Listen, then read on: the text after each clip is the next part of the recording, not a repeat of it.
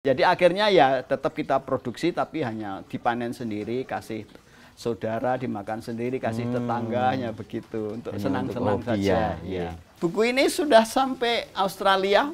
Oh ya, sampai Jepang, sampai Hong Kong. Saya pernah kena ini. oh ya Pak. Iya pernah. Cedera. Iya terlalu lama di laptop. Oh. Ini sampai nggak bisa diangkat itu.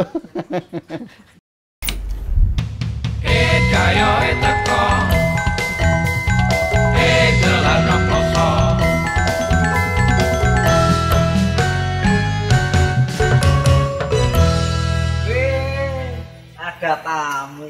Dipersembahkan oleh Balai Budaya Minomartani, Adi Sukma Inisiatif, Garuda Waca, RGB Production. Halo Pro Konco, ketemu lagi dengan saya Ahmad Jalidu di Ada Tamu.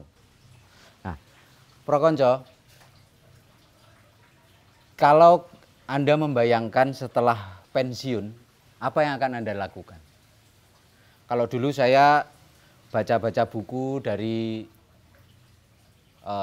juragan-juragan MLM itu pasti menjanjikan pensiun muda terus menikmati hidup. Nah, masalahnya menikmati hidup itu seperti apa? Apakah layah-layah di rumah nggak ngapa-ngapain? Atau ada juga yang memilih bahwa pensiun berhenti dari pekerjaan itu artinya memulai pekerjaan yang lain, memulai aktivitas lain dan memulai kehidupan yang baru. Ya. Kehidupan yang baru itu maksudnya bukan terus kawin lagi ya, maksudnya adalah kehidupan di dunia yang baru atau aktivitas yang baru. Nah, tamu saya kali ini mungkin memilih yang kedua. Beliau seorang pensiunan yang kemudian melakukan sesuatu yang baru. Ki Bambang Sapariono. Selamat sore Pak. Sore, assalamualaikum. Oke, waalaikumsalam. Sehat Pak Bambang? Alhamdulillah sehat sekali untuk ukuran saya ini. Oh iya. Pak Yuswa berapa tuh Pak? Saya 68 jalan. 68. Nanti Oktober Wah, 68. dan sekali nggih. Ya. Nah, Pro Konco, ini di depan saya ini ada 3 buah buku yang semuanya ini adalah buku fiksi tetapi berbahasa Jawa. Yang ini ada judulnya Ati Dudu Watu. Wah. Ini sudah terbayang ya ini isinya apa. Nah, ini serem lagi nih. Mekaring Kembang Trisno. Nah, ini bisa buat ngerayu cewek ini. Ini Warnaning Urip kumpulan cerkak. Nah, ini semua adalah buku karya Ki Bambang Sapariono. Nah, sore ini saya pengen tahu Pak Bambang mbok bercerita. Pak Bambang ini kan bukan dari kalangan sastra ya dulu-dulunya gitu. Iya, iya. Dulu ngasto di mana Pak? Saya itu kalau dilihat sekolahnya itu dari farmasi. Farmasi. Farmasi Luar UGM. biasa. Ya. Jadi lulus dari SMP melanjutkan ke sekolah asisten apoteker. Sekolah, kalau sekarang mungkin yang SMF itu bukan Pak ya? Ya, ya betul. Terus kemudian melanjutkan di Fakultas Farmasi UGM. Lulus tahun 83. 83. Ya. Kemudian melanjutkan pengembaraan di Pulau Sumbawa selama 11 tahun. Kemudian di Pulau Lombok selama 7 tahun. Baru pulang ke Jogja. Saya bekerja di Kementerian Kesehatan. Di Kementerian Kesehatan. Waktu di Sumbawa dan di Lombok itu sudah di Kementerian Kesehatan ya? Ya, sudah di Kementerian Kesehatan. Terus kembali ke Jogja. Kembali ke Jogja tahun 2000 ketika anak-anak saya mulai kuliah. Oh. Saya tetap melihat kalau kuliah Jogja masih pilihannya. Ya. Iya. Jadi saya pulang. Oh, berarti dulu anak-anak juga dibawa Pak ke Sumbawa? Iya, anak istri saya juga pengangkatannya di sana. Oh. Iya. Jadi setelah lulus SMA, anak yang barep lulus SMA baru pindah ke Jogja untuk mencari pendidikan tinggi yang bermutu. Ya. Iya. Gitu. Itu masuk di farmasi juga atau beda? Beda. Anak saya yang pertama di Kelautan Undip. Ya. Yang kedua di Sospol UGM. Sospol UGM sekarang dosen di UPN. Oh dosen iya. Gitu. Nah, terus mengabdi di Jogja tetap di Dinas Kesehatan atau? Ya, tetap di Kementerian Kesehatan, tapi kemudian di Jogja itu tetap di kesehatan, tetapi di Dinas Kesehatan Provinsi. Oh. Kemudian 5 tahun pindah ke Dinas Kesehatan Kota Jogja. Ya, kalau provinsi DIY, kalau kota Jogja. Jogja, oke. Ya, gitu. Sampai pensiun. Sampai pensiun. Pensiun tahun 2013. 2013. Oh, ya. nggih. Nah, Ketika itu saya masih kena aturan lama, jadi pensiun di usia 56. Jadi masih relatif kuat masih ya, badannya masih ya, gitu. inilah. Ya, gitu. Kalau sekarang itu pensiun berapa, Pak? 58. Aturan yang baru 58. pensiun 58. Ya. Termasuk istri saya kena aturan baru. Ya, jadi gitu. Nah, terus setelah pensiun itu apa yang dilakukan, Pak? 2013 itu. Jadi setelah pensiun itu saya di rumah di Kampung Singosaren itu saya membuat kolam. Kolam pakai semen gitu, tetapi juga menanam-nanam buah. Ya, menanam-nanam buah gitu. Kolam itu dari semen di atas tanah, jadi tidak menggali tanah. Kemudian saya memelihara yang juga agak aneh yang saya pelihara. Apa, Pak? Bukan gurame, bukan nila, Bukan lele. bukan lele, wader. Water. Dan itu saya biakkan sendiri. Saya berhasil membiakkan itu. Sampai sekarang saya masih punya itu kalau sisa-sisanya itu. Jadi water yang sangat tidak lazim. Sangat tidak lazim itu. Kenapa, Pak? Kenapa pilihannya water? Jadi perhitungan saya waktu itu, water itu 1 kilogram kering 220.000. 220.000. Iya, waktu itu. Mahal juga ya. Ya. Tapi begini, setelah saya alami sendiri, ternyata water kering 1 kilo itu banyak sekali. Oh iya. Iya, banyak. Jadi kalau hitung-hitungan ekonomik nggak masuk. Ya. Sekali menetaskan itu dengan 5 induk hanya sekitar 1.700 ekor. Sekali ya. Itu belum seberapa kalau sudah ditimbang kering. Jadi akhirnya ya tetap kita produksi tapi hanya dipanen sendiri, kasih saudara, dimakan sendiri, kasih tetangga, hanya begitu untuk senang-senang saja. Ya. Karena itu bukan dapat uang, malah makan ongkos. Ya. Karena itu di atas tanah kan sirkulasi airnya harus pakai mesin. Oh, Ya, kalau nggak pakai sirkulasi ikannya kurang sehat. Nggih. Jadi untuk mensirkulasikan air itu harus pakai mesin. Mesin pakai listrik harus bayar. Oh iya. Jadi betul-betul hanya untuk seneng-seneng gitu ya. Biaya produksinya tekor. Ya. Iya, Nah, gitu. itu terus setelah Kemudian juga menanam-nanam buah. Nah, kalau buah itu sekarang memetik hasilnya, sudah waktunya memetik hasilnya. Walaupun hanya sepohon tapi ada alpukat, ada nangka, buah nangka, ada jambu, ada klengkeng. Itu sekarang kita ya sedang menikmati itu ya. itu di tanah pekarangan atau di pot gitu? Di Bukan pekarangan, yang model pot, di pekarangan ya. Gitu. Itu baru kita menikmati buahnya itu. Ya, nah itu biasanya pilihan-pilihan aktivitas setelah pensiun. Kalau bapak saya dulu almarhum itu setelah pensiun Pak, borong ini manuk. Oh, borong beli manuk. kutut, beli manuk oceh-ocehan. Wow, main kebak. Borongnya di mana, jualnya di mana? Awalnya nggak dijual, Oh, Pak, cuma untuk untuk seneng-seneng. kelangenan. Ya, untuk kelangenan, tapi terus lama-lama ada orang yang datang tuh mbok tak tuku. Nah, terus ada yang itu akhirnya ternyata kok iso melaku, akhirnya terus ya sempat beberapa tahun itu dolanan itu jual beli burung itu. Nah, setelah aktivitas itu apa, Pak? Setelah itu wader, kemudian menanam buah. Kalau buah kan nunggu ya, Pak ya, berapa tahun baru 2-3 tahun baru buah panen. gitu. Ya, Nah, gitu. terus selain itu, Pak, aktivitas selain ngurusi Blumbang juga di garasi saya itu saya jadikan bengkel. bengkel apa? Bengkel besi. Ngelas. Iya, ngelas itu persis. Saya beli mesin las buatan Jepang yang wattnya hanya 650. Jadi rumah saya yang listriknya kecil pun bisa untuk kerja gitu. Gitu. Jadi saya bikin perangkat besi, ya ada meja, ada dipan untuk anak-anak kos. Di rumah ada anak kos 4 orang. Ya. Ya. Itu semua saya buat sendiri itu. Kemudian macam-macam, termasuk kandang ayamnya orang tua itu saya buat sendiri. Saya senang, sampai sekarang saya masih sering buka bengkel saya itu. Tapi kan bukan anu toh, Pak, bukan maksudnya bengkel yang nerima jasa, Enggak, nerima order dari luar gitu. hanya untuk Hanya senang-senang. untuk aktivitas sendiri. Pokoknya Ya. meng sarwa tombok. Sarwa tombok iki.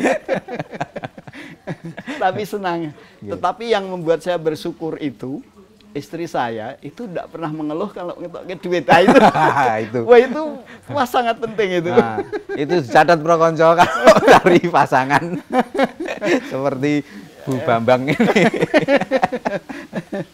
Itu. Seperti itulah kira-kira, selalu nombok tapi kita happy saja lah gitu.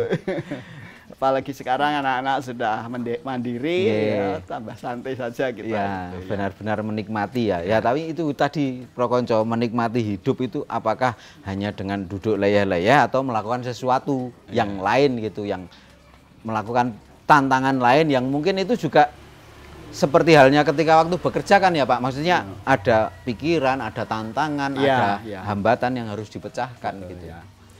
Kalau soal tantangan, saya sendiri sebenarnya dari awal bukan orang yang hidupnya enak, Mas. Ya. Jadi ketika saya harusnya masuk SLETA, itu orang tua saya sudah mau pensiun.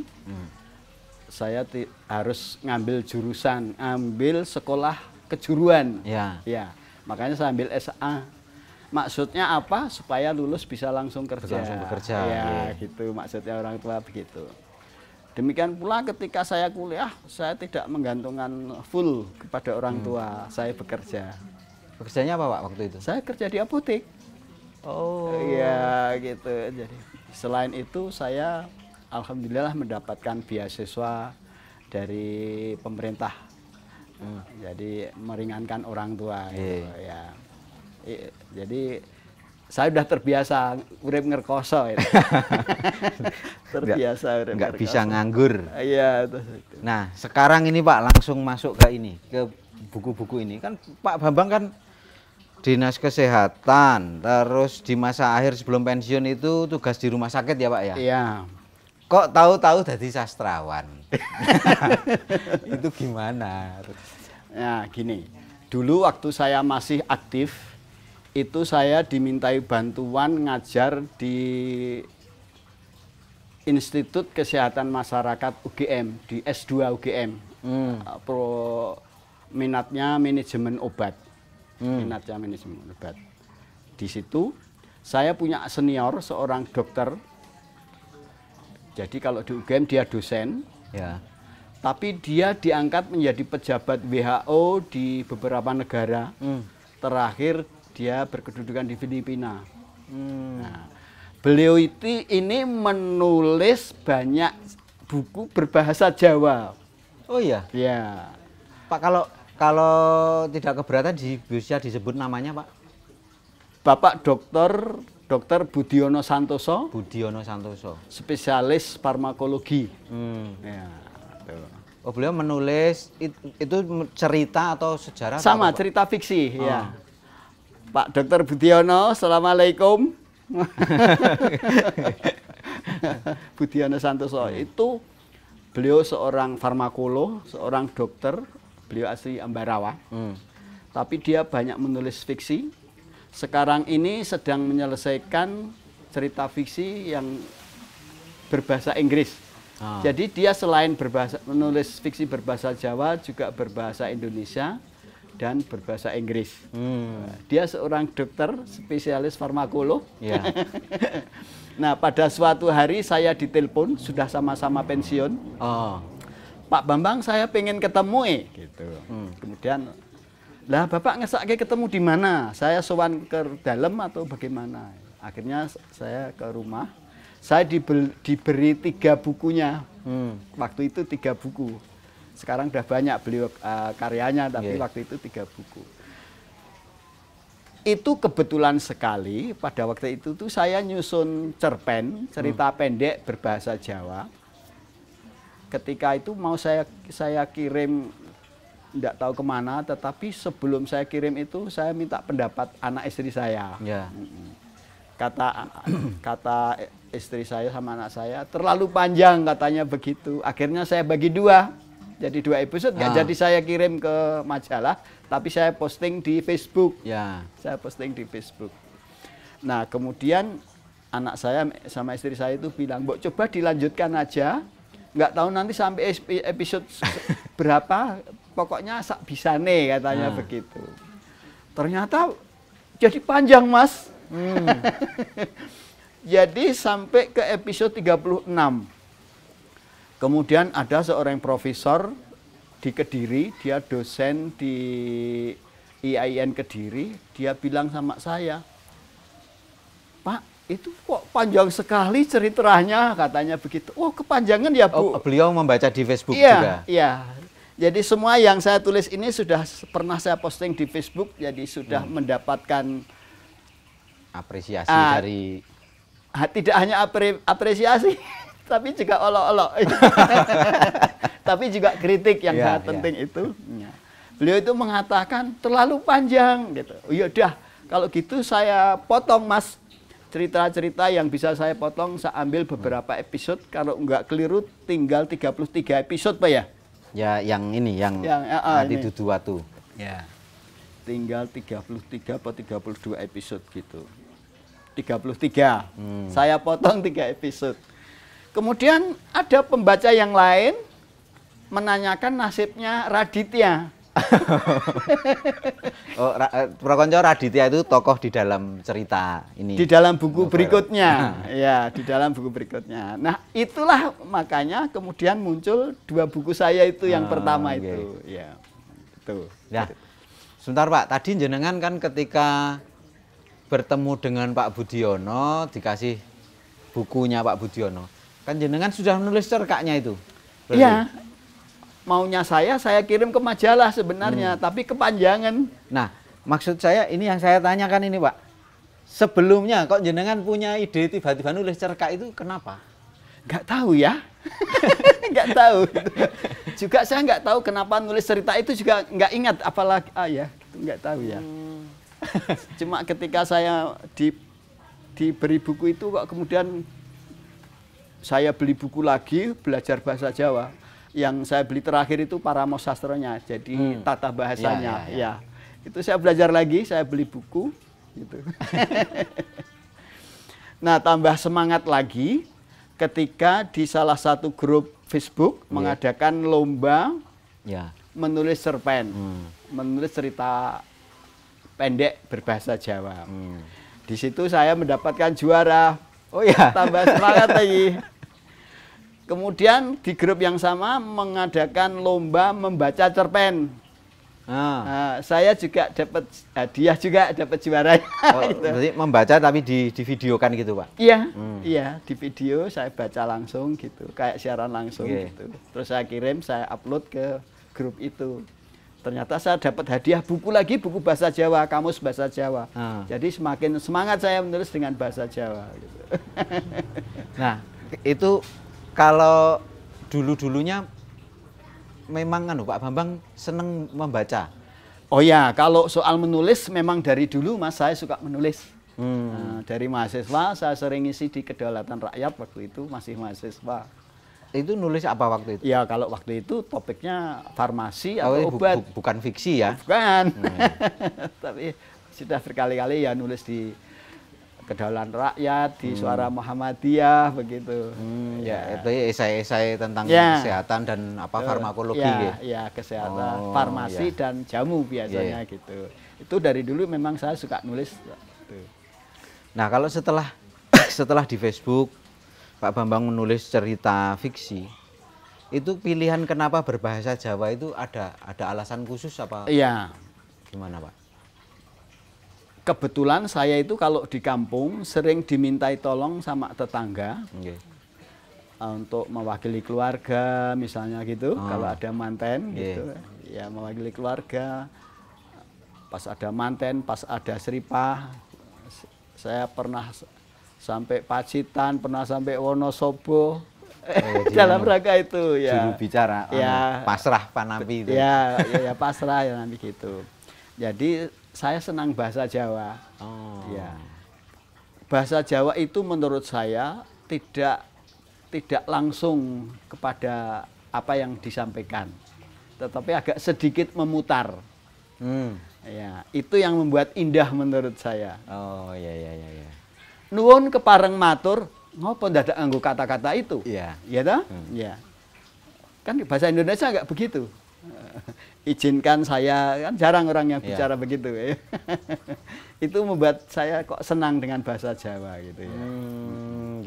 Agak sedikit memutar tapi di situ ada seninya. Ya, kemudian ada paribasan, ada sanepan di situ, itu membuat saya tertarik gitu. Tapi ada ini enggak Pak? Ada misalnya ada rasa melakukan itu tuh sebagai apa ya, sebagai dalam tanda kutip perjuangan gitu misalnya, karena merasa prihatin, wah sekarang anak-anak muda ora iso basa Jawa, atau ada nggak Pak perasaan-perasaan seperti itu?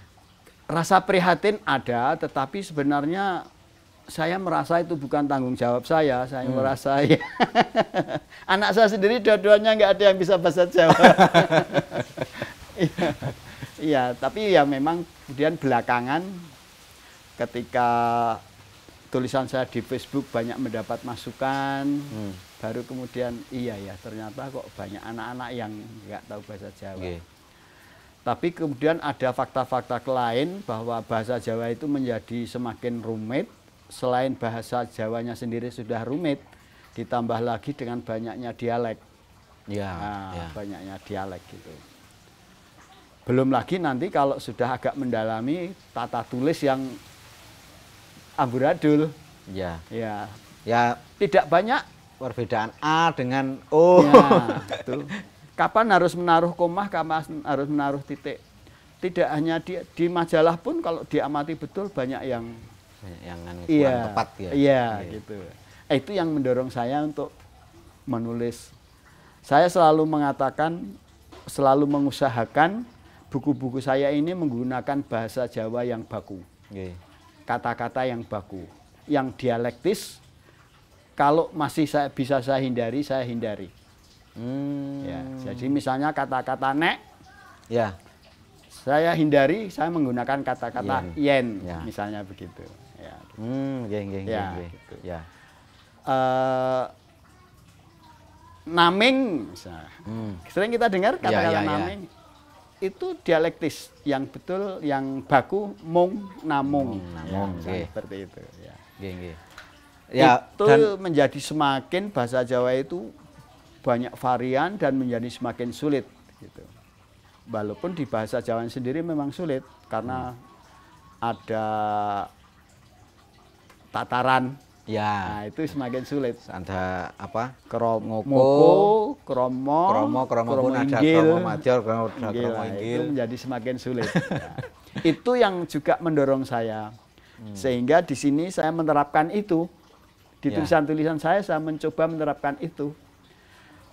Nanti bisa diperhatikan di dalam ukara kandha, di dalam kalimat langsung. Kalau seorang anak kecil bicara dengan orang tua bagaimana, dan kalau orang tua bicara dengan anak kecil bagaimana, orang tua dengan orang tua yang sejar-jar apa kata-kata yang dipakai di dalam buku saya ini sudah saya pilah-pilah, sudah saya bedakan. Nah, itu. Ya, dan Bro Konco, kalau apa istimewanya bukunya Pak Bambang ini adalah salah satunya itu beliau sudah menekankan kepada penerbit untuk menggunakan tanda diakritik ya. Jadi pengucapan kapan dibaca e dan itu sudah ada tandanya. Jadi kan kadang-kadang itu kalau untuk Pro Konco muda terutama yang tidak begitu familiar dengan bahasa Jawa kan sering salah membaca, itu yang harusnya dibaca yang harusnya dibaca Nah itu ini sudah ada tandanya. Nah meskipun Saya tuh kemarin mengalami ini Pak, ada teman, dia seorang mahasiswa di jurusan bahasa daerah, di jurusan bahasa Jawa. Kemudian menulis buku berbahasa Jawa. Ini memang bukan buku fiksi, jadi buku tentang budaya lah, tentang kebudayaan Jawa, ditulis dalam bahasa Jawa. Nah, dia tidak menggunakan tanda diakritik gitu. Kemudian saya tanyakan, kenapa nggak pakai tanda diakritik gitu? Nah, saya lupa detail penjelasannya, tetapi menurut dia memang di kalangan akademis justru sekarang begitu, tidak dipakai tanda diakritik itu. Jadi kemudian mengandaikan bahwa nanti kalau yang memang peminat bahasa Jawa ya pasti akan mempelajari sendiri gitu. Ya. Dan kan itu secara teknis ribet ya Pak, harus ngasih tanda satu-satu kan itu? Iya, iya. Memang di dalam peraturannya yang baku, yang dikeluarkan oleh Kementerian Pendidikan, itu tanda diakritik itu boleh digunakan, artinya tidak dilarang, walaupun memang tidak dianjurkan untuk maksud-maksud tertentu. Ya, gitu. Tetapi saya tetap menggunakan, kenapa? Ternyata kemarin ada salah satu peminat buku saya yang kebetulan tinggal di Hong Kong. Ya. Ya. Dia sangat bersyukur dengan adanya tanda diakritik. Karena apa? Karena dia berkelut dengan bahasa Jawa yang ditulis dengan aksara Jawa. Oh, ya. Kalau tanpa tanda diakritik akan dialihkan dengan aksara Jawa, akan kesulitan. Ya. Apakah ini pepet, apakah taling? Nah, itu. Jadi dengan adanya tanda diakritik akan lebih memudahkan. Ya. Gitu. Ya, kalau saya sendiri kadang mungkin untuk beberapa kata-kata yang familiar itu tidak masalah. Misalnya bebek, tulisan B-E-B-E-K. Ya tahu ini pasti bebek, nggak mungkin bebek gitu. Tapi misalnya ketemu dengan kata-kata yang jarang kendel terdengar. Sama candle. Nah, kendel itu berani, candle itu leren. Artinya sudah berbeda, beda suara. Nah, sama loro misalnya, karo loro. Ya, saya ketemu dengan kata misalnya, ini saudara sepupu saya itu namanya Grengseng. Itu dulu di masa kecil kami manggilnya itu Grengseng. Terus padahal kan kudune Grengseng gitu. Iya. Nah, itu kalau ditulis ya mestinya kalau yang benar kan yang pakai pepet kan, kalau malah tidak pakai apa-apa. Oh ya. Ya. Jadi tidak pakai apa-apa kalau itu. Oh, kalau aksara ini Latin. Nggak pakai. Kalau tidak pakai itu bunyinya. Ya. Kalau yang aturan Kemendikbud, Kemendikbud itu malah tidak pakai apa-apa. Agak berbeda dengan kamus-kamus elektronik yang diterbitkan oleh beberapa aplikasi yang ada di aplikasi itu memang agak ada yang berbeda. Tapi kalau standarnya Kemendikbud justru itu yang tidak pakai apa-apa, nggak pakai tanda diakritik. Ya. Ya. Nah, ini Prokonco, ini hanya kesimpulan saya ya.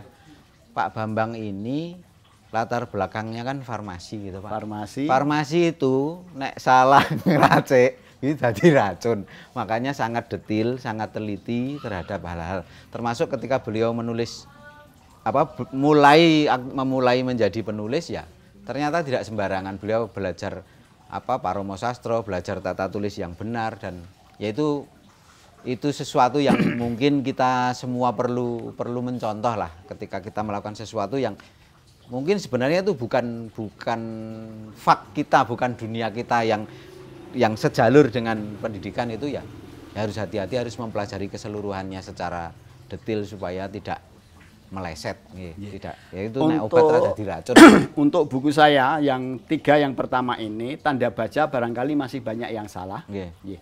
Terutama kalimat langsung yang seharusnya diakhiri dengan koma, tapi diakhiri dengan titik. Ya, itu masih banyak yang salah. Tapi nanti buku keempat mudah-mudahan sudah semakin kecil kesalahannya. Ya, saya selalu terus belajar.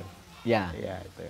Nah, tapi, kalau dari sisi ceritanya Pak, itu inspirasinya dari mana?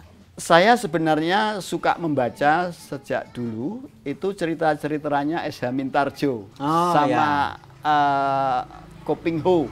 Ya, itu. banyak silat-silat tapi. Ya, silat-silat, tetapi kalau yang kehidupan sehari-hari sebenarnya kita bisa belajar dari kehidupan kita sendiri gitu ya. Jadi ide-ide itu memang muncul dari sekitar kita. Nanti istri saya cerita atau istri saya menceritakan orang tua saya yang lucu, nanti saya buat masukkan di situ tapi dengan latar cerita yang berbeda misalnya begitu. Begitu. Pak Nun, Tapi ada prinsip yang saya pakai ketika saya mengembangkan cerita itu tetap dalam kerangka logika, nggih. mlebu nalar, Ya. tetapi juga tidak terlalu sering terjadi di dalam kehidupan masyarakat. Artinya bukan suatu peristiwa yang terlalu umum gitu Ya, Sing tapi sih logis. oh ya rada aeng nih masuk akal. Sing mlebu nalar gitu. Pak Nun sewu, Pak Bambang ini darahnya agak kebiru-biruan juga enggak, Pak? Itu sebenarnya tidak penting walaupun iya, tapi sebenarnya tidak ada kaitannya dengan ini. Enggak, karena di buku yang pertama ini kan tokohnya itu kan tokoh yang begitu dari keluarga ini ya, apa keturunan gitu. Insya Allah sampai ke buku keempat masih. Masih? Iya. Masih berlanjut, Durin? Iya. Ini dari Mekaring Kembang Tresno ini masih ada lanjutannya Oh lagi? enggak, buku cerita lain tapi Oh, tetap cerita backgroundnya masih Oh, di backgroundnya, kalangan iya. ya berdarah Oke, biru. oke. Kalau menurut kekancingan saya ini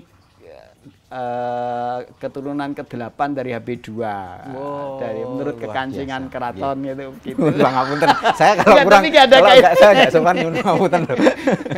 Enggak, ya yang saya tanyakan itu kenapa ya bukan untuk apa ya, untuk soal personalisasi keistimewaan personal atau apa. Cuman kan di novel ini yang Ati Dudu Watui dan Mekaring Kembang Tresno ini kan tokoh utamanya kan dari latar belakang keluarga Iya, yang begitu. Nah, itu iya. kan kemudian saya bertanya-tanya apakah ini inspirasi dari luar atau kan kadang-kadang memang penulis itu ada yang menggunakan apa ya bagian dari kehidupannya sebagai apalah pelengkap gitu untuk supaya enggak full 100% gawe-gawe gitu kan ceritanya. Ya tentu ada Nggih. dari pengalaman ke pengalaman Nggih, hidup pengalaman saya pribadi, tentu nggih. ada ya Ya. tidak mungkin lepas sama sekali.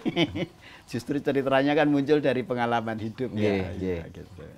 Terus itu setiap kali menulis itu langsung ini Pak, langsung jadi. Misalnya yang ini kan episode-episode gitu ya, apa di dalamnya kan satu episode itu langsung ditulis sekali.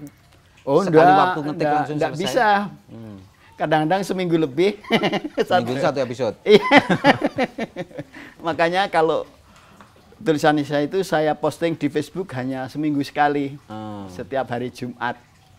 Rutin setiap hari Rutin. Jumat postingnya. Iya, dari dulu setiap hari Jumat saya posting gitu.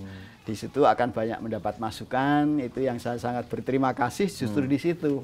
Iya. Makanya saya juga nggak begitu enak untuk meninggalkan kritikus-kritikus saya di Facebook.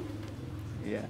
Kalau boleh saya sebut justru seorang wartawan senior yang sekarang tugas di Monumen Persolo, Mas Mahendra.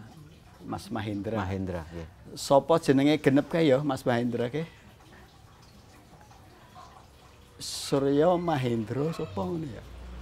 Oh, ibu-ibu Kuncoro juga kayaknya. Mahendra Suryo kalau enggak. Kuncoro Mahendra Suryo. Itu seorang wartawan yang itu banyak mengkritik saya itu, banyak mau dibilang berkritik tapi yang pasti memberikan masukan bener Ya. ngene gitu. Itu dari sisi apanya Pak biasanya? Dari kalau beliau kayaknya mumpuni sekali dari misalnya dari plotting, dari bahasa. Dia kayaknya paham sekali gitu. Pernah bertemu dengan beliau Belum secara pernah. langsung? Belum Berarti hanya kenal di Facebook itu? Iya. Tapi belum banyak sekali memberi masukan. Gitu. Tentu ada ya masukan-masukan dari senior-senior saya, Prof. Suryawati, Pak Budiono tadi. Itu banyak sekali masukannya dan juga yang lain-lain yang terutama di grup bahasa Jawa yang di Facebook itu. Ya. Ya. Itu banyak masukannya itu. Makanya saya tidak akan mudah meninggalkan pembaca saya yang di Facebook karena Ya. dia berjasa itu. Ya upamane paribasane bukune Rapayu mergo wis maca nang Facebook ya udah ndak apa-apa. Nggak apa-apa. Ya, nggih, gitu. nggih, nggih. Ya kan kita menulis, memang mungkin ada ya Pak orang yang menulis buku itu dengan memang tujuan utamanya untuk berjualan buku itu, tapi kan ada juga yang menikmati itu sebagai apa ya, ya sebagai media aktualisasi diri, berkomunikasi dengan orang lain gitu. Saya pun sebenarnya juga ingin menjual, Mas. Neng Rapayu. Ingin menjual Neng Rapayu itu tadi. Dulu sudah pernah ditolak penerbit, Pak? Iya, di penerbit mayor.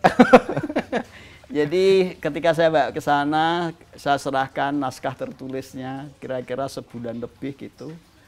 Saya telepon, nggak sanggup, kecuali mau nebus 200 eksemplar gitu. Ya, akhirnya saya ambil lagi. Saya cari-cari penerbit indie yang menurut saya cocok. Dan kebetulan waktu itu yang pertama saya kenal itu penerbit yang ada di daerah Taman Siswa, tapi kemudian saya ketemu yang penerbit Garuda Waca itu. Di situ saya merasa hutang budi karena di situ dia di websitenya itu, di sana dia mengajari saya untuk naskah yang akan diterbitkan dalam bentuk buku dan elektronik, sebaiknya menggunakan font apa, dia ngajari, kemudian font yang tidak terlalu kecil juga tidak terlalu besar, sebaiknya ukuran berapa, kemudian spasi itu baiknya seberapa. Ini penerbit ini yang membantu saya, gitu. Ya, banyak ngajari saya bagaimana menulis buku, gitu, tentang layout, tentang tata tulis itu. Gitu. Ya, tapi sebenarnya kalau layout itu mungkin sebenarnya hanya masalah selera juga sih Pak. Tapi ya memang kalau kembali ke penerbit ya memang sastra Jawa itu gimana ya, kalau di sensus gitu sebenarnya jumlah penutur bahasa Jawa itu ya masih berjuta-juta kan, ratusan juta, tetapi yang mau membeli buku dan membaca buku berbahasa Jawa itu memang sedikit sekali, sehingga kalau penerbit mayor memang dia harus berhitung ya Pak, karena harus sekali mencetak itu langsung banyak. Itu kalau kira-kira nanti baliknya lama pasti tidak menguntungkan lah secara bisnis gitu. Tapi saya bersyukur Mas, buku ini sudah sampai Australia. Oh ya, sampai Jepang, sampai Hong Kong. Di Australia di Pak Prof George Quinn. Iya. Beliau masih minta yang dua judul. Ya, dia akan datang nanti bulan Maret tanggal 7. Beliau ada seminar di Hotel Ambarukmo. Saya sudah berjanji akan nyaosi yang dua buku. Beliau dalam tanda petik ingin yang kedua, yang ketiga gitu. Luar biasa sekali Pak George Quinn itu, dia memang pokoknya semua karya yang berbahasa Jawa itu dia harus punya. Sepertinya yang orang Indonesia malah enggak kayak gitu. Beliau mengatakan, untuk Mas Raditya sudah saya siapkan tempat di rak buku saya. Kemudian di Hong Kong yang saya ceritakan tadi, beliau memberi masukan kepada saya, sangat berterima kasih karena menggunakan tanda diakritik, karena dia banyak menyalin buku-buku itu ke dalam aksara Jawa. Tanda diakritik sangat penting dalam hal itu. Di Jepang, kebetulan sampai Jepang juga. Yang saya harapkan masih ada dari Suriname dan Kaledonia, karena dua negara itu penutur bahasa Jawanya mayoritas. Oh iya. Tapi kemarin di sini di Balai Budaya ini juga beberapa waktu yang lalu ada tamu dari Belanda, tapi beliau lahiran Suriname. Cuman seniman ini karawitan. Gitu. Kayaknya mau datang lagi tuh kapan ya, Pak Man? Pak Orlando tuh. Juni atau Juli itu mau datang. Nanti kalau datang lagi nanti saya tahu sih bukunya Pak Bambang. Beliau juga senang sekali. Kebetulan ada yang Pak Edi yang ada tamu pertama itu. Beliau kan juga nulis ini naskah wayang, kalau beliau naskah wayang kancil itu juga. Ya teman-teman di Belanda di Suriname juga memang banyak sekali yang menantikan itu. Kalaupun di sana ada juga mungkin di sana struktur apanya ya? Tata bahasanya kan Bubra. Jawa ya bubra nek versi kita. Tapi mereka yang kadang di sini aja seneng juga. pengen sing asli nek ning Jawa iki Kayak apa. Iya, itu. Iya, kalau mereka mau bayar ongkos kirim aja nanti kita Iya. kalau soal harga kita gratis kan nggak masalah. Apalagi kalau untuk lembaga. Ya, ini buku sudah saya haturkan ke jurusan di Prodi Bahasa Jawa di apa itu Universitas Negeri Yogyakarta, UNY. kemudian di Perpustakaan Mekarsari, Kedaulatan Rakyat. Kedaulatan Perpustakaan Joko Ludang. Nah, ada 2 yang belum sempat ketemu, akan saya caoske ke Prodi Bahasa Jawa UGM sama Bali Bahasa. Masih saya simpan karena waktu saya sowan ke sana belum ketemu. Oh, iya. Saya ingin menyampaikan nek upamane elek ben dadi contoh sing elek iki kaya ngene iki gitu lho. Karena itu kan lembaga pendidikan. Iya, betul. Nek iki elek iki lho contone sing elek iki kaya ngene iki ya kan gitu. Tapi masalahnya kalau sekarang, Pak, elek kaya ngopo itu tetap kanggo karena mahasiswa jurusan bahasa Jawa setahu saya mereka tuh punya mata kuliah tugas analisis. Betul, ya kan, betul. menganalisis. Ya. Lah, padahal kan kalau bisa menganalisis itu kan objeknya beda. Ya. Misalnya si A, mahasiswa A menganalisis novel A, mahasiswa B menganalisis novel ini. Ya. Lah saya jumlah novelnya itu ternyata tidak sebanding dengan jumlah mahasiswanya gitu. Iya, ini kemarin sudah dilamar. Iya. Iya, sama Mbak Bernadetta akan menjadi bahan skripsi. Itu mahasiswa UNY. Iya. Oh. Iya.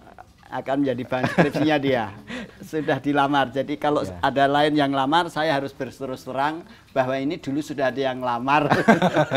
Apakah diizinkan begitu? Monggo gitu. Ya. Tapi mungkin kalau tinjauannya berbeda mungkin masih bisa. Ya, itu.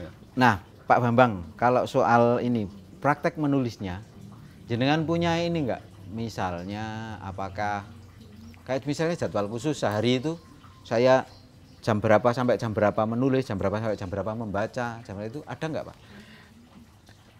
Yang saya jadwal itu justru kegiatan saya untuk menyehatkan badan, olahraga. Nah, kemudian di sela-selanya itulah saya menulis. Nah, jadi misalnya jadwal saya bersepeda, ya saya bersepeda. Jadwal saya jalan kaki, saya jalan kaki dulu. Baru setelah itu saya menulis. Saya tidak pandang waktu. Pokoknya kapan sempat saya buka laptop, saya menulis. Dulu awalnya saya pakai HP karena di HP itu tanda diakritik sudah muncul sendiri. Oh iya. Tapi capek di tangan. Iyalah. Tulis novel segitu pakai HP. Tapi tanda diakritik muncul sendiri. Tapi di laptop pun juga saya akalin misalnya untuk misalnya, itu saya ngopi 1 Ya. saya copy, berarti sudah ada di clipboard. Ya. Nah, kemudian ketika saya mengendaki huruf tinggal saya ketik Ctrl V. Ya, gitu cara. Ya. Jadi tidak harus mencari karakter itu. Iya. Cukup Ctrl V, ketemu Ctrl V gitu aja. Iya. Toh tidak banyak tanda diakriti yang saya pakai, hanya saja. Iya. Tapi kalau do, to kan sudah jelas beda nulisnya. Itu jelas beda huruf ya. Iya, gitu. Ya itu saya tuh seketika membantu nge-layout di Garuda Waca itu bukunya Pak Bambang. Waduh. Iki apa ora kesel ya. Milih Iya, itu saya akali gitu Pak. Saya masukkan clipboard sama tinggal Ctrl V gitu. Karena dulu tuh saya pernah ada, tapi bukan proyek untuk penerbitan buku, jadi itu hanya untuk kayak buku acara. Jadi ada sebuah acara, terus ada buku tentang kegiatan itu gitu, yang dibagikan ke peserta. Kebetulan saya dapat job melayout sekaligus mencetaknya gitu. Nah itu dari panitianya minta, Mas ini pakai tanda diakritik. Waduh, kandel itu kan Pak. Ya wis tak hitung Pak ini ongkos layoutnya berapa segini? Wah cukup tak kayak gini gini freelance. Jadi dikerjakan. Saya jadi kalau mengerjakan waduh. Iya. Siji gitu. Lumayan. Tapi tiap hari nggak Pak? Pasti tiap hari itu pasti ada jam menulis nggak?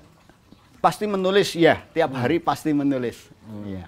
Terutama setelah sholat subuh saya ngaji setengah juz. Setelah itu menulis sampai waktunya jalan pagi atau sepedaan. Ya. Biasanya saya bangun jam 3 sholat malam, kemudian nggak tidur lagi sampai subuh, kemudian ngaji, kemudian nulis sampai waktunya jalan pagi atau sepedaan. Hampir tiap hari pasti menulis. Tetapi ya itu dapatnya sedikit atau banyak itu tergantung pas idenya. Idenya gitu. Tapi ya pasti tiap pagi, tiap hari menulis. Tiap hari menulis. Tidak ada selanya. Kalau yang sekarang sedang proses terbit apa Pak? Novel atau? Yang sudah sedang proses terbit itu yang Untran-Untran Pucanganom. Iya itu fiksi juga tapi cerita klasik.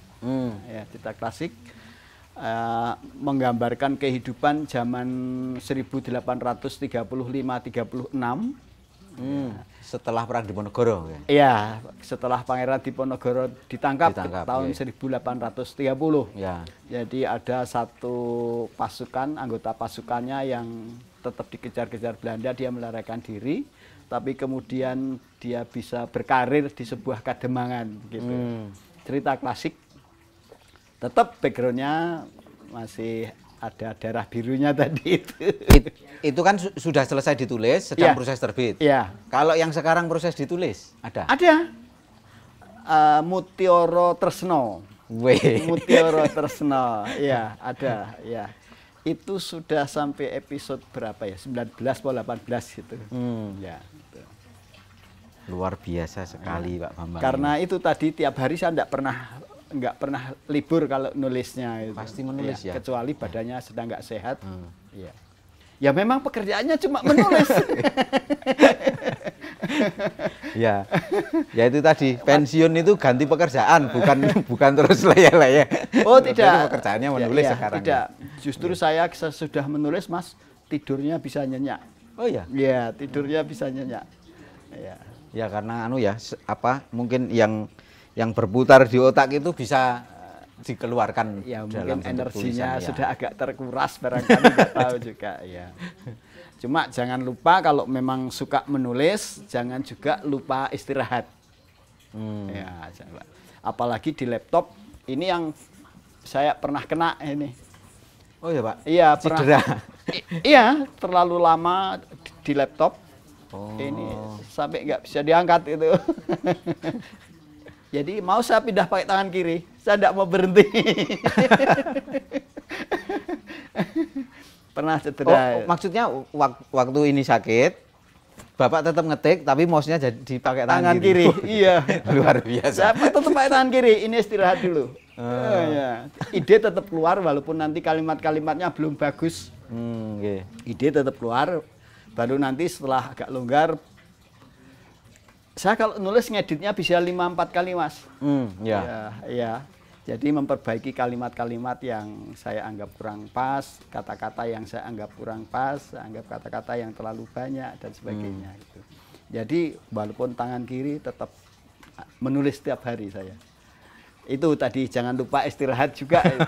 Paling enggak mengistirahatkan tangan. Gitu. Iya. Ya, jadi ada fatigue gitu ya. Istilahnya fatigue. Jadi karena misalnya kelamaan begini, ini kaku. Oh ya ini ya kelelahan otot ya.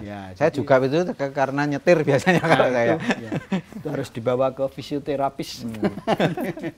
Iya. Hampir tiap hari saya menulis. Saya tuh ingat dulu pernah ketemu almarhum Pak Suparto Broto. Ya, pernah ketemu ya? Saya termasuk suka tulisannya. Maestro sastra Jawa. Iya, tapi Jawa Timuran. Dulu tinggalnya di Surabaya. Nah waktu itu saya nanya, Pak jenengan kalau nyerat itu hanya ketika ada ide atau gimana Pak?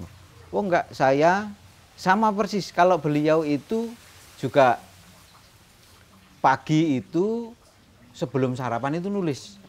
Jadi beliau nulis itu sampai lapar. Nah, biasanya laparnya jam-jam 7, setengah 8. Nanti setelah itu baru sarapan. Setelah sarapan beliau, kalau waktu saya ketemu sudah sangat sepuh ya. Jadi gerakan fisiknya sudah ngerti ya. Ya olahraga di sekitar rumah sedikit gitu. Nanti terus tidur. Kalau sore itu baca. Malam itu sebelum tidur menulis, tapi beliau batasi hanya 1 jam. Saya 1 jam di depan komputer, ada nggak ada ide saya duduk di depan komputer 1 jam. Tapi kalau pagi bangun tidur biasanya selalu ada yang bisa ditulis gitu. Dan itu rutin beliau melakukan itu setiap hari. Oh ya itu. Nah saya tuh kadang-kadang ya sok kepengen Pak jadi penulis. Neng mungkin karena ya tidak disiplin waktu itu, jadi kadang pas merasa punya waktu tidak punya ide. Pas merasa punya ide sedang mengerjakan yang lain. Saya tidak pandang ada ide atau enggak, pokoknya Ya. ketika pekerjaan yang saya anggap sudah jadwalnya itu sudah dikerjakan, saya buka laptop. Ya justru di situ kita mencari ide yang masih masuk nalar tetapi jarang terjadi itu Ya. tadi. Nek wis ngene iki logikane apa ya? Nah, gitu. Logikane apa?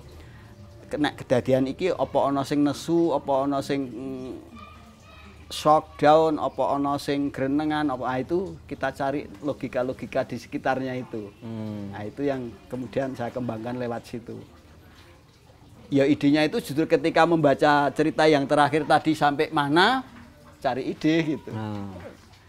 Tapi ini Pak, kayak yang ini, yang Mekaring Kembang Tresno, ini kan remaja Pak. Ya. Cerita cinta dan remaja. Iya. Dan jenengan gimana cara mengimajinasikannya? Kan beda Pak, pola pacaran tahun 80-an sama sekarang. Sebenarnya ini juga sebagian kecil cerita-cerita saya sendiri dengan istri saya. Oh iya. Iya, gitu. Ya, potongan-potongan itu ada. Oh iya. Jadi misalnya karakter istri saya kira-kira seperti apa itu ada di situ. Iya. Nggak bisa lepas dari kehidupan saya sendiri. Iya. Gitu. Ibu dulu juga teman di kampus atau? Iya. Jadi saya tingkat sarjana, dia masuk. Oh. Jadi yang melonco saya. Dia kritikus saya ketika ini sudah selesai saya tulis, kemudian saya share di keluarga gitu, nanti mendapat masukan dari anak-anak saya, dari istri saya, terus ke Facebook, baru setelah itu baru dimasuk. Istri saya itu kan ngelihat ini, karena ini ya udah desain covernya kayak gini, terus judulnya kayak itu Mekaring Kembang Tresno, ini oh ini cerita roman gitu. Iya. Terus dia baca, habis itu sampai belakang tuh penulisnya, loh, oh ini penulisnya simbah-simbah, iya. Nulis kok bisa nulis cerita anak muda kayak gini? Ya bisa lah, namanya penulis ya bisa aja. Ya itu pernah ada pembaca, tapi dia juga senior saya di kantor gitu. Tanya, apakah ini kejadian sungguhan toh gitu. Ternyata istrinya juga nih ya, disangkanya yang nulis remaja ya. Iya, ya kan covernya gitu, terus dia kan baca. Oh, dia nanya, ini ceritanya apa? Itu pacaran mahasiswa, aku bilang gitu kan. Iya. Istri saya baca terus lagi sampai selesai gitu, terus pas di profil penulis gitu. Penulis itu. Loh, itu yang nulis itu simbah ini. Mbak umur 70. Oh, ini naskah lama. Dulu penulisnya masih muda nulis. Ya enggak, ini tuh baru. Itu karena ditanya pembaca nasibnya Raditya bagaimana itu tadi, itu baru muncul ide itu. Makanya ini agak belakangan toh. Iya. Agak belakangan gitu. Nggih, Pro Konco, ini sudah saya jembreng di sini. Kalau ada Pro Konco yang minat, ini novel Ati Dudu Watu. Ini lanjutannya Mekaring Kembang Tresno, bergaya Korea. Kalau ada yang minat mengoleksi buku-buku karya Ki Bambang Saparyono, nanti akan disertakan link pembeliannya di kolom deskripsi ya. Dan buku ini juga sebagian ya, kalau yang saya tahu yang diterbitkan Garuda Waca itu juga ada versi e-booknya, bisa dibaca di Google Playbook dan aplikasi-aplikasi e-book yang lain. Begitu. Pak Bambang mungkin ada sesuatu yang mau disampaikan ke pemirsa. Iya, terima kasih. Menulis itu ternyata asik sekali. Ya. Ternyata asik sekali. Saya kadang-kadang lupa waktu, kadang-kadang lupa diri. Ya. Kalau ide sedang muncul, mau berhenti itu eman-eman. Ya. Ya, kalau ide sedang muncul itu mau berhenti itu eman-eman. Sehingga barangkali jika Bapak Ibu, jika anak-anak, jika putu suka menulis, tulislah apapun. Tulis saja, soal nanti jadi apa, pokoknya ditulis dulu. Nanti setelah itu dibaca lagi, mau dikembangkan jadi apa. Tuh, saya rasa begitu itu. Oke. Itu yang saya alami. Mudah tidur. Jadi ngantuk. Mudah tidur, tidurnya enak itu setelah suka menulis itu. Ya. Dan bisa jadi hiburan. Tulisan yang saya tulis beberapa tahun yang lalu, saya baca lagi, saya bisa nangis sendiri. Oh iya. Iya, saya bisa nangis sendiri. Ketika misalnya Raditya dibawa pulang sama ibunya, dibawa pulang ke kampung, ya. itu saya itu selalu juga, menangis itu. Ya, saya itu juga membaca pas bagian itu rada piye. Saya selalu menangis setiap membaca bagian itu.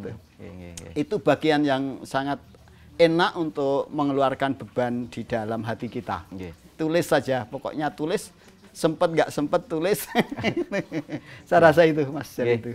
Terima kasih Pak Bambang atas waktunya. Sama-sama. Pro Konco, ini tadi saya ngobrol-ngobrol dengan tamu kita Ki Bambang Sapariono, seorang penulis yang seperti Pro Konco semua ikuti. Beliau seorang